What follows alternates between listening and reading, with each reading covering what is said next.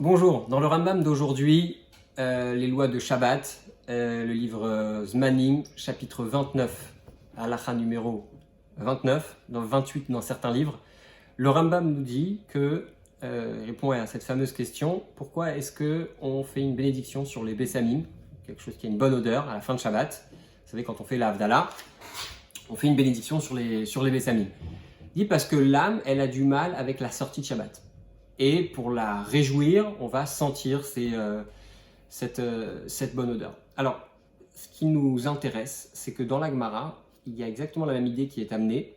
Et la Gemara, elle ne dit pas par rapport qu'on fait la bénédiction par rapport à la sortie de Shabbat. La Gemara, elle dit par rapport à la sortie de l'âme. Vous savez, Shabbat, on a une âme supérieure. Et pour faciliter la sortie de cette âme supérieure, à la fin de Shabbat, on fait cette bénédiction. Donc il y a une différence entre la Gemara et Rambam. Le Rambam va dire que c'est pour la sortie du Shabbat, alors que la Gemara dit que c'est pour la sortie de l'âme. Pourquoi cette différence? On sait que le Rambam faisait très attention. Ce qu'il écrit, c'est clair, c'est concis, c'est très précis. On va parler déjà un peu de la Gemara. Qu'est-ce qu'elle dit la Gemara? Il y avait à l'époque ce qu'on appelait Anshe Mahamad. Vous savez qu'il y avait 24 services de Kohanim qui représentaient l'ensemble des Kohanim, parce qu'ils ne travaillaient pas tous ensemble au Beth Amikdash. Il y avait à chaque fois un groupe qui était choisi. La même chose pour les Juifs. Il y avait 24 groupes de Juifs qui représentaient l'ensemble des Juifs pour les sacrifices quotidiens dans le temple.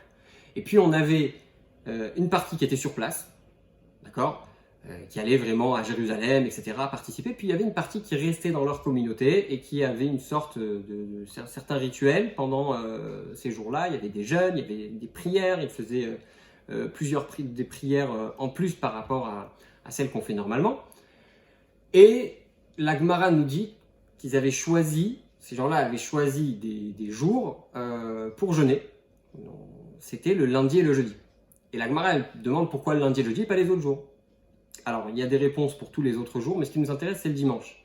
La Gemara dit pourquoi le dimanche? Parce que le dimanche, on a la Neshama qui nous quitte depuis Shabbat, et du coup, on est un peu plus faible. Et c'est là que la Gemara amène cette idée de sentir le Bessamim, etc., pendant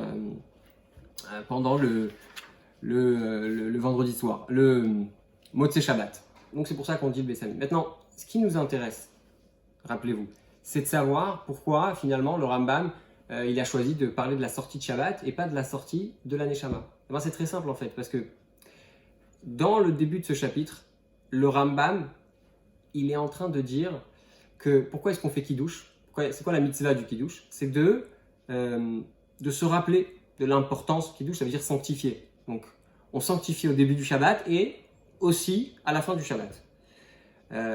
Et quelque part, le but du Shabbat, c'est quoi? C'est d'avoir une influence sur la semaine.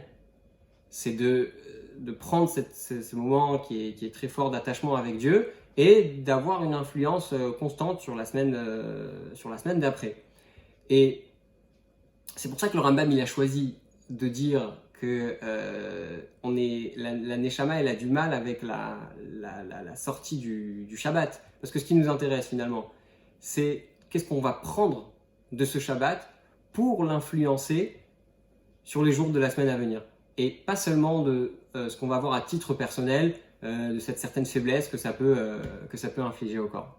Donc pour résumer, il y a une différence entre ce